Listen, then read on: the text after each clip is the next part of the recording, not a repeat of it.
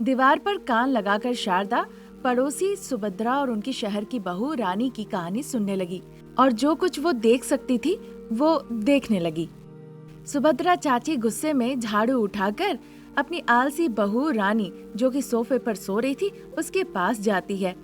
वहाँ देखती है कि चारों तरफ केले के छिलके, कटे हुए सेब, लेस के पैकेट पड़े हुए हैं। ये क्या जहन्नुम है। मुझे लगा था बहू आएगी, मुझे सारा सुख मिलेगा। अब मुझसे ये रोज रोज घर का काम, खाना पकाया नहीं जाता है। मैं सोच रही हूँ ये सब कुछ छोड़ छाड़ के कहीं मैं दूर चली जाऊँ। इस तरह से गुस्से से कहकर वो जब घर से बाहर जाने लगती है तभी बहू रानी कहने लगती है, अब जाना चाहती है तो जा सकती है माँ जी, पर उससे पहले ये सब काम करके जाइए। उसकी बातें सुन के सुभद्रा गुस्से से रानी के पास आती है और अपने हाथ की झाड़ू दिखाते हुए कहती है, इस झाड़ू का इस्तेमाल मुझसे ना ही कराओ तो बेहतर होगा। इससे पहले कि सुभद्रा अपनी बात पूरी करती, उससे पहले ही रानी सुभद्रा के हाथों से झाड़ू लेकर सुभद्रा को ही पीटने लगी। दर्द बर्दाश्त ना कर पाने की वजह से सुभद्रा रोते रोते वहाँ से बाहर निकल आती है। अरे सुभद्रा, क्या हो गया? क्यों रो रही हो तुम? अब क्या कहूँ शारदा, बेटा प्रेम विवाह करके शहर की बहू ले आया। उसे लगा घर का काम काज सीख के वो मेरी सेवा करेगी। अब वो इतनी आलसी है कि मुझे ही घर का नौकरानी बना रखा है। मैं हाथ जोड़ती हूँ, भले ही बेटा कुछ भी कह ले, पर शहर की बहू मत ले आना। सुभद्रा विनती कर ही रही थी, तभी तक रानी झाड़ू लेकर बाहर निकल आती है। देखकर सुभद्रा वहाँ से भाग जाती है। रानी अपनी आलसीपन को साइड में रख के सुभद्रा को पीटने के लिए झाड़ू लेके उसके पीछे भागने लगी। बेचारी सुभद्रा के बारे सोचते सोचते शारदा आके अपने बगीचे में बैठती है। तब तक बेटा रमेश जो ऑफिस जा रहा था वो बाहर निकल आता है। माँ, समय हो गया है, मैं ऑफिस निकल रहा हूँ। बेटा रमेश, तुम्हारी शादी के लिए एक रिश्ता आया है, लड़की को देखने जाना है। माँ, आपको तो पता है ना कि आपको किस तरह की लड़की चाहिए, आप जाके देख लीजिए, आपकी पसंद आ गई तो बस मैं शादी कर लूँगा। बेटे की बातों से ही शारदा को समझ में आ गया कि इसकी कोई प्रेम कहानी नहीं है। ये सुनकर शारदा मनी मन खुश होती है, फिर कहने लगती है, मैं शहर की बहू नहीं, गांव की ही बहू ले आऊंगी। इस तरह सोचकर कुछ ही दिनों के अंदर रमेश की शादी अनामिका से शारदा करवा देती है। गांव की बहू घर आने पे शारदा मनी मन बहुत खुश होती है। गांव की बहू अनामिका घर आते ही शारदा को एक जगह बैठा देती है और खुद अकेले घर का काम काज, खाना पकाना सब करती है। ये देखकर शारदा भी बहुत खुश होती है। वो अपनी गांव की बहू की बहुत प्रशंसा करती है। एक दिन घर का सारा काम काज खत्म करके गांव की बहू विश्राम कर रही होती है। तभी शारदा आके, बहू, मेरा एक ग्रुप मीटिंग है, वहाँ जाना है, जल्दी से रोटी बना के दे दो, मैं खा के जाऊंगी। ठीक है माँ जी, 5 मिनट दीजिए, मैं जल्दी से रोटियां बनाकर ले आती हूँ। ऐसा कह के अनामिका किचन में जाती है। फिर रैक के नीचे रखा हुआ इस्त्री को लेकर उसका प्लग स्विच बोर्ड में लगाती है। जल्दी से आटा सानकर गोले बनाकर रोटियां बेलकर वो इस्त्री में ही रोटियां बना देती है। सासू माँ शारदा पीछे से बहू के पास आती है। वो जिस तरह से इस्त्री के ऊपर रोटियां बना रही थी वो देखकर मनी मन कहती है, बाप रे, मेरी गांव की बहू तो बहुत ही चालाक है। ऐसा सोच ही रही थी तभी बहू अनामिका रोटियां बनाकर सासू माँ को दे देती है। ये देखकर सासू माँ बहू की बहुत तारीफ करती है। फिर बहू के बनाए सारी रोटियां जल्दी जल्दी शारदा खा लेती है। अरे माँ जी, धीरे खाइए, इतनी जल्दी जल्दी खाएंगी तो गले में अटक सकता है। फिर किस्मत अच्छी रही तो जिंदा रहेंगी और मेरी किस्मत अच्छी रहेंगी तो मर जाएंगी। गाँव की बहू की ये बात सुन के शारदा जो रोटियां खा रही थी वो अचंबा रह जाती है। अरे बहू, तुम क्या कहना चाहती हो? किस्मत अच्छी रही तो अब जिंदा रहेंगी, यही कह रही हूँ माँ जी। और ये भी सुना बहू कि मैं मर जाऊंगी तो तुम खुश होगी? बस आशा करती हूँ कि आपने जो सुना वो सच हो जाए माँ जी। कहकर अनामिका वहाँ से चली जाती है। शारदा भी रोटियां खाकर वहाँ से चली जाती है। इसी तरह दिन गुजर रहे थे।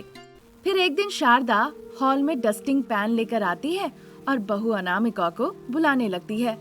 बहू अनामिका, हॉल में आना जरा। उनके इस तरह बुलाने से अनामिका जो अपने बेडरूम में थी वहाँ से उठ के हॉल की तरफ आती है। आकर देखती है कि सासू माँ के हाथ में डस्टिंग पैन है। क्या वह माँ जी बुला रही थी? देखो बहू, अंतिम संस्कार होने के लिए 9 दिन का समय लिया जाता है। घर की साफ सफाई करनी होती है। ये लो डस्टिंग पैन। डस्टिंग हो जाने के बाद सीधा तुम किचन में जाकर खाना वाना पका लेना। ठीक है माँ जी, आप जाके आराम कीजिए, मैं खाना वाना पका के बर्तन वर्तन धो के सब काम कर दूंगी। क्या बहू, चुटकियों में करोगी तुम? मैं यहीं सोफे पे बैठ के देखूंगी। ऐसा कहकर शारदा वहीं सोफे पे बैठ जाती है। अब गांव की बहू ने भी सोचा कि कैसे भी अपना स्मार्टनेस दिखाना ही होगा। फिर देर किए बिना जल्दी से जाके वो वैक्यूम क्लीनर ले आती है। देखकर तो शारदा आश्चर्य हो जाती है। ये क्या है बहू? इसे क्लीनिंग मशीन कहते हैं माँ जी। आपने कहा ना कि मैं चुटकियों में काम कैसे करती हूँ, तो देखिए ऐसे करती हूँ। ऐसा कहकर अनामिका वैक्यूम क्लीनर का स्विच ऑन करती है और फटाफट पूरे घर को वो वैक्यूम क्लीनर से साफ कर देती है। इस तरह अनामिका का चुटकियों में पूरा घर साफ हो जाता है। देखकर शारदा आश्चर्य रह जाती है। माँ जी, अब घर साफ हो गया है। अब जाके मैं किचन साफ करूँगी। अगर आपको देखना है तो आप आ सकती हैं, और अगर आपको लगे कि नहीं आराम करना है तो जाके आराम कीजिए। ऐसा कहकर बहू अनामिका वहाँ से चली जाती है। शारदा तो बस सब कुछ देखते ही रह जाती है और मनी मन सोचती है। मुझे कुछ और ही लगा था इसके बारे में। ये बस नाम की गांव की है, पर बहुत बुद्धिमती है। सारा काम भी जल्दी जल्दी करती है। अब मुझे किचन में जाके देखना होगा कि बर्तन कैसे साफ करती है। इस तरह सोचते हुए शारदा किचन में जाती है। वहाँ जाकर देखती है कि बहू अनामिका हेयर ड्रायर से सारे बर्तनों को सुखा रही है। ये देखकर वो आश्चर्य हो जाती है। ये क्या कर रही हो बहू? बर्तनों को सुखा रही हूँ माँ। बर्तनों को क्यों सुखा रही हो बेटा? माँ जी, अभी अभी इन बर्तनों को धोया है ना, तो फिर से इसमें गंदगी और धूल जम सकते हैं। इसीलिए मैं इन सारे बर्तनों को ड्रायर से अच्छे से सुखा के रखूंगी। उसकी ऐसी बातें सुन के शारदा वहाँ पे ज्यादा देर रुकी नहीं। गांव की बहू की चतुराई देखकर शारदा बहुत खुश हुई और अपनी गांव की बहू का और अच्छे से ख्याल रखने लगी। आज यहीं तक। नई कहानी लेकर जल्द हाजिर होंगे। नमस्कार। कंजूस सासू माँ शारदा और गांव की बहुरानी अनामिका दोनों ही स्विच बोर्ड के पास रहती थी। तभी अनामिका मनी मन सोचती है, मेरी कंजूस सासू माँ मुझे यहाँ लाकर स्विच बोर्ड के पास खड़ा कर दिया। अब इस बारे में भी वो मेरी क्लास लेंगी क्या? अनामिका ऐसा सोच ही रही थी, तभी वहाँ शारदा आ जाती है। तुम्हें पता है इसे क्या कहते हैं? तुम्हारे मिट्टी के घर में इस तरह की चीजें थी? माँ जी, मेरा माँ का घर बिल्कुल ऐसा ही दिखता था, पर उस मिट्टी के घर में बिजली थी और स्विच ऑन करने से बत्ती जलती भी थी। अनामिका की बातें सुन के शारदा मजाक उड़ाते हुए कहती है, हाँ हाँ, पेड़ से भी हवा मिलती है, पर तुम्हारे घर में तो महंगे महंगे स्विचेस भी है।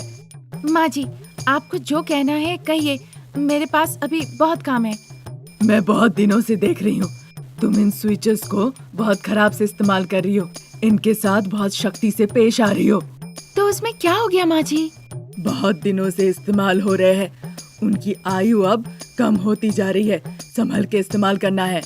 ऐसा कहकर शारदा आहिस्ता से स्विच को ऑन करती है और फिर ऑफ करती है। ये देखकर अनामिका को थोड़ी हिम्मत मिलती है। ठीक है माँ जी, आपने जैसा कहा मैं अब से वैसे ही करूँगी। अरे गांव की बहू, अपने दिमाग को थोड़ा तेज किया करो।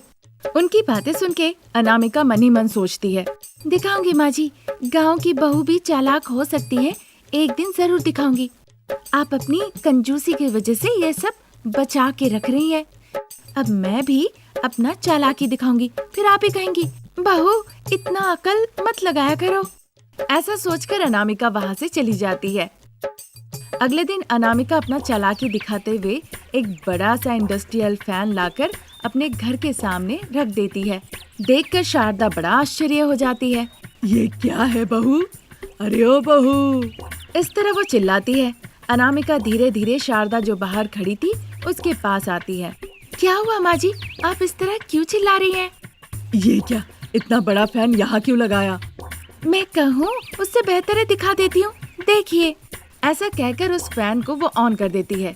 अब वो फैन तेजी से घूमने लगता है, जिस वजह से आंगन के सारे धूल धक्कड़ हवा से उड़ जाते हैं। आपने कहा था ना कि अपने दिमाग को थोड़ा तेज करो, तो मैंने कर दिया। रोज सुबह सुबह उठ के पूरा आंगन को झाड़ू लगाते लगाते मेरा पीठ दर्द करता था, इसीलिए फैन लगा दिया। इससे सारे धूल उड़ जाएंगे। बस पानी छिड़कूंगी और उस पे एक अच्छा सा रंगोली बना दूंगी। उसकी बातें सुन के अरे बाप रे बाप, मैं अपने कंजूसी से सोच रही हूँ कि बिजली का बिल बचाया जाए। अगर तुम इस तरह से चालाकी दिखाई तो फिर कैसे चलेगा? आप ही ने तो कहा अपना दिमाग लगाया करो, इसीलिए लगाया। ऐसा कहकर अनामिका वहाँ से चली जाती है। इसी तरह दिन गुजर रहे थे। तभी एक दिन कंजूस शारदा किचन में आती है। देखती है वहाँ पे गैस स्टोव नहीं है। देखती है इलेक्ट्रिक स्टोव बिजली से चल रही है। ये देखकर कंजूस सासू माँ बहुत परेशान हो जाती है और बहू को जोर जोर से आवाज लगाती है। अनामिका, बहू, यहाँ मुझे परेशानी देकर तुम आराम से कहीं बैठी हो, इधर जल्दी आओ। उनके चिल्लाने की आवाज सुन के अनामिका जो अपने बेडरूम में थी जोर जोर से हंसने लगती है। इस तरह से सासू माँ चिल्ला रही है, इसका मतलब उन्होंने इलेक्ट्रिक स्टोव देख लिया है। अब कहने लगेगी मैं गाँव से आई हूँ, थोड़ा दिमाग का इस्तेमाल किया करो। अब मैं इस्तेमाल करूँगी तब पता चलेगा कि कैसे इस्तेमाल किया जाता है। ऐसा सोचते हुए अनामिका अपने बेडरूम से किचन की तरफ जाती है। उसके आते ही शारदा उसे गुस्से से देखने लगती है। क्या हो गया माँ जी, आप इतने गुस्से से मुझे क्यों देख रही हैं? ये क्या है? इस तरह स्टोव दिखाकर वो पूछने लगती है। अरे माँ जी, आपको नहीं पता, ये तो शहर है, फिर भी आपको इस बारे में कुछ नहीं पता? ज्यादा बात मत करो, अभी के अभी निकालो यहाँ से। अगर इसे निकाल दो तो खाना कैसे पकाऊं? कहाँ पकाऊं? गैस कहाँ है? तो कौवा आके उसे ले गया माँ जी। फालतू का मजाक करोगी तो मैं मुंह सिल दूंगी। फिर अस्पताल का बिल 60,000 आएंगे। क्यों बहू, तुम मेरी जिंदगी के साथ ऐसे हर 2-3 दिन में क्यों खिलवाड़ कर रही हो? अरे माँ जी, आपने कहा मैं गांव की हूँ, मैं चालाक नहीं हूँ, दिमाग का सही इस्तेमाल करूँ, इसीलिए मैं इस्तेमाल कर रही हूँ। फिर तो घर पे बदलाव आएंगे ना? इतना बदलाव अगर आएगा तो मैं बर्दाश्त नहीं कर पाऊंगी बहू। बाहर जो इतना बड़ा फैन लगाई हो उसी में बहुत बिजली का बिल आएगा। अब अगर ये स्टोव लगा दी फिर तो हो ही गया। फिर आश्चर्य मत होना बिजली का बिल देखकर अगर मेरे दिल में छेद हो गए तो। ऐसा कहकर वहाँ से शारदा चली जाती है। ये देखकर अनामिका मुस्कुराती है और फिर मन ही मन कहने लगती है, गांव की बहू है, चालाक नहीं है कहकर आपने मेरा अपमान किया था ना। अब देखते रहिए आगे और क्या क्या होता है। ऐसा सोचकर अनामिका भी अपने बेडरूम के तरफ चली जाती है। इसी तरह दिन निकल रहे थे। फिर करंट बिल आता है। करंट बिल का कागज हाथ में लेकर शारदा अपनी आंखें बंद कर लेती है और भगवान से प्रार्थना करने लगती है। हे भगवान, करंट बिल बस कम आए। इस तरह से प्रार्थना करती है और फिर अपने हाथ का करंट बिल देखती है। करंट बिल कुछ 3,000 हुए थे। ये देखकर कंजूस सासू माँ वहीं पे बेहोश होकर गिर जाती है। ऐसा देखकर प्रसाद को बुलाया गया। प्रसाद हॉल में आके शारदा का हाथ पकड़ के उसे उठाकर सोफे पे बिठाते हैं। अनामिका फ्रिज से ठंडा पानी ले आकर शारदा के चेहरे पे छिड़कती है। शारदा अकबकाते हुए आंखें खोलती है। सामने प्रसाद और अनामिका को देखती है। देखो बहू, आज से मैं मान लेती हूँ कि तुम बहुत चालाक बुद्धिमान हो, बस तुम अपना अक्ल मत लगाओ। ठीक है सासू माँ, आप इतना कह रही है तो मैं आज के बाद से अपना दिमाग नहीं लगाऊंगी। सिर्फ इतना ही नहीं, आपको ये भी मानना होगा कि आपकी गांव की बहू चालाक है, तब जाके मैं इस्तेमाल नहीं करूंगी। अनामिका के ऐसे कहने पर तब जाके शारदा को मन में थोड़ी राहत पहुंचती है। किचन से इलेक्ट्रिक स्टोव गायब हो जाता है और फिर से गैस स्टोव वापस आ जाता है। बड़ा सा इंडस्ट्रियल फैन भी गायब हो जाता है। अनामिका सुबह उठती है, झाड़ू लगाती है, उसमें पानी छिड़क के रंगोली भी बनाती है। बहू फिर से कामकाज में लग जाती है और इस तरह वो परिवार फिर से सुखी परिवार हो जाता है। आज यहीं तक। नई कहानी लेकर हम फिर हाजिर होंगे। नमस्कार।